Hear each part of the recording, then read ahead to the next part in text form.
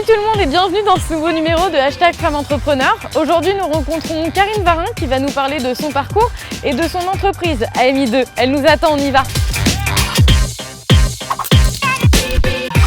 Bonjour Karine. Bonjour Anatolie. Tu vas bien? Ça va bien, merci. Ravie de te recevoir chez AMI2. Eh ben merci beaucoup AMI2. Qu'est-ce que c'est alors? AMI2, c'est une société de conseil en achat qui accompagne ses clients sur l'optimisation de ses postes de dépenses.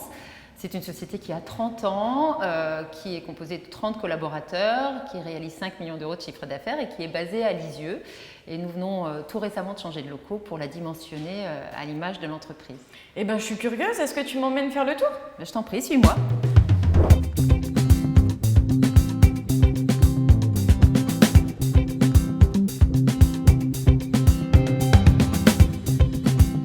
Alors Karine, c'est très sympa, très girly. C'est toi qui as fait la déco? Alors pas du tout, non, mais c'est tout à fait le reflet de l'entreprise en fait. On est dans une ambiance de travail et de croissance, mais aussi de plaisir. Donc voilà, c'est tout à fait le reflet de ce qu'on vit ici. Bah, c'est très sympa. Et maintenant, on va s'intéresser un peu à toi, ta personne, ton parcours. Comment tu as fait pour en arriver là aujourd'hui?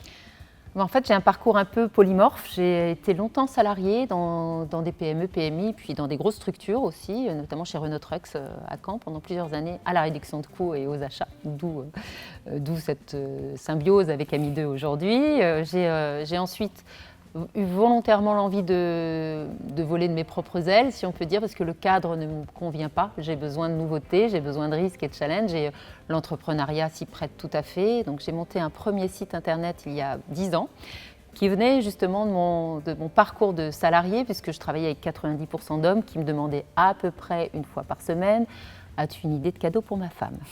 Et donc j'ai monté un site qui s'appelait Pense à elle, site dédié aux hommes pressés en manque d'idées, et qui a eu le prix de l'entrepreneur du web en 2009. Ce qui a fait que voilà, tout de suite ça a pris de l'ampleur.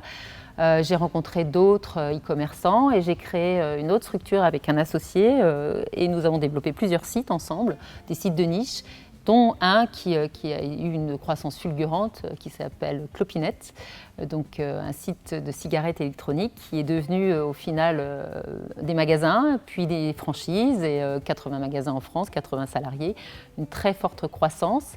Et une fois que tout ça a été mature, j'ai tout revendu il y a 3 ans maintenant, et j'ai pris un peu de temps pour moi pour finalement, après avoir été salarié, après avoir créé, décider de reprendre une entreprise avec une équipe en place et un nouveau challenge, puisque finalement vous ne choisissez pas les gens avec qui vous allez travailler et ne vous choisissent pas non plus.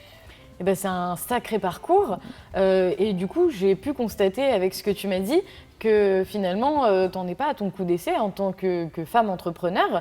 Qu'est-ce que ça t'apporte pour toi d'être patron? Oh, c'est cool d'être patron, c'est vraiment cool.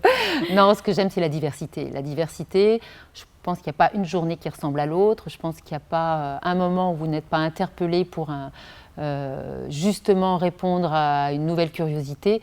C'est ça qui me motive aujourd'hui. Et tu me parlais aussi tout à l'heure du challenge. Est-ce que c'est un côté un peu cool, mais est-ce que c'est pas parfois épuisant et stressant? Je pense que ça fait partie intrinsèquement de ce que je suis. Donc moi, finalement, je dors très bien parce que je sais que tous les jours, il y aura des choses à régler, mais ça fait partie du quotidien. Et ces choses à régler sont plutôt des opportunités que des impasses. Voilà, moi, je dis à chaque fois que j'ai un obstacle, c'est plutôt une bifurcation. Et encore une fois, des découvertes à saisir. Donc il faut l'accepter et puis tout roule, quoi. Il faut l'accepter. J'ai aussi la chance d'avoir un management très particulier, en fait, en mode dit libéré, même si j'aime pas forcément ce mot-là, plutôt agile. Bah justement, est-ce que tu peux développer sur ce management? Oui, alors c'est ce management-là où tous les équipiers, tous les collaborateurs sont très autonomes, qui me permet moi d'aller à l'extérieur, me nourrir des nouveautés et revenir avec de la matière pour développer AMI2. Donc on a par exemple un conseil des sages qui est on va dire un comité de direction, mais où les gens qui représentent leur service n'ont pas été choisis par moi, mais élus par les membres du service. Et ce leadership tourne. Donc le pilotage est avant tout sur de l'appétence et du volontariat. Ce qui fait que j'ai face à moi parfois des référents qui ne sont pas toujours les mêmes. Et ça oblige aussi à être très clair et très transparent dans sa communication. Et ce partage est aussi très enrichissant et très nourrissant pour le dirigeant, puisque finalement, un dirigeant est souvent seul dans sa réflexion, c'est toujours lui qui prend une décision finale, mais quand elle est partagée et mûrie avec l'ensemble de la société, elle est forcément plus dans l'adhésion que dans la persuasion, et on s'approprie mieux tous ensemble une vision et un cap quand on est tous d'accord dessus. Et c'est un style de management assez particulier. Comment est née cette idée ? Alors, elle était déjà en place avant que j'arrive. Mon cédant a voulu la mettre en place parce que justement, il y avait des tensions entre les chefs de service qui n'en sont plus aujourd'hui et les salariés. Et avec un accompagnement, avec de la communication dite non violente, les salariés ont réussi à se parler entre eux, à trouver de l'intérêt dans la responsabilisation de leur poste et sont aujourd'hui partie prenante de tous les développements. D'accord, merci Karine. Comme tu le sais maintenant avec les différentes émissions de la web-série, on a une deuxième partie où on va parler un peu plus de ta vie personnelle. Mais pour ça, on choisit un endroit qui te tient particulièrement à cœur pour poursuivre l'interview. Qu'est-ce que tu as choisi ? J'ai choisi le restaurant de l'Évêché à Lisieux. Parce que moi, je suis canaise de souche, un peu chauvine, et j'avais du mal à trouver mes marques ici. Et c'est un établissement qui a été rénové il y a peu de temps, qui est splendide, qui est très chaleureux et qui a une belle âme. Eh bien, on va voir ça tout de suite alors.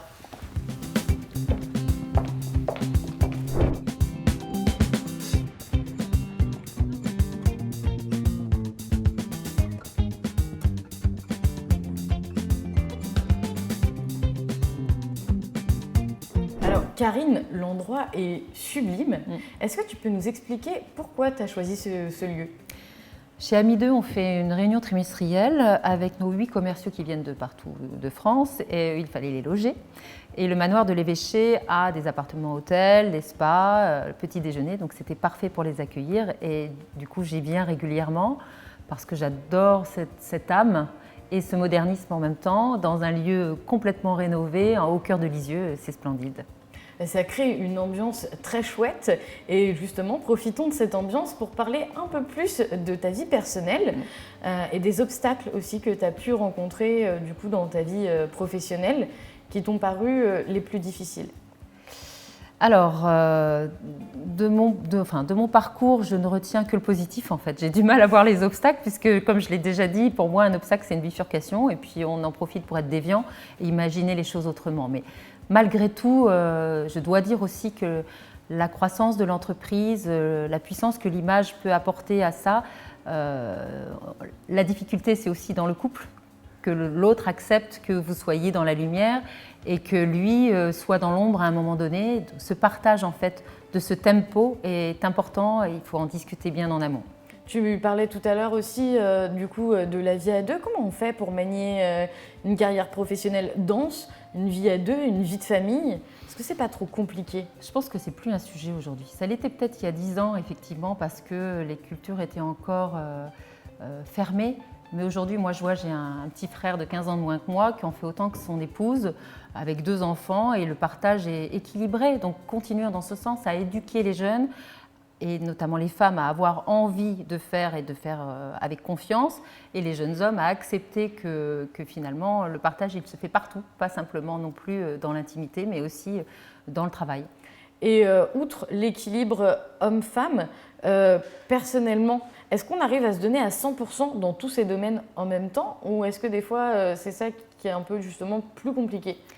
Moi, j'ai fait le choix de ne rien sacrifier, mais ça veut dire que j'ai des grosses journées. Mais je fais du sport 5 fois par semaine, j'ai une vie sociale riche, j'ai 2 enfants que je vois, alors peut-être pas en quantité, mais à chaque fois en qualité. À chaque fois que je scinde mon agenda, je suis très présente à ce que je fais. C'est quelque chose qui ressort beaucoup chez les femmes entrepreneurs. On parle de la qualité aussi du moment. Et pour terminer cette interview, j'ai une dernière question. Tu as l'air d'avoir une vie trépidante. Pour toutes les personnes qui nous regardent et qui souhaitent, pareil, pouvoir allier entrepreneuriat, vie de famille, quels conseils tu donnerais pour clôturer cette interview ? Travailler sa culpabilité et oublier qu'on risque d'avoir un regard qu'on n'attend pas. Il faut penser à soi. Merci beaucoup Karine pour ce super moment. Merci à vous. Merci d'avoir suivi notre interview. On se retrouve très bientôt pour un prochain numéro de #FemmeEntrepreneur.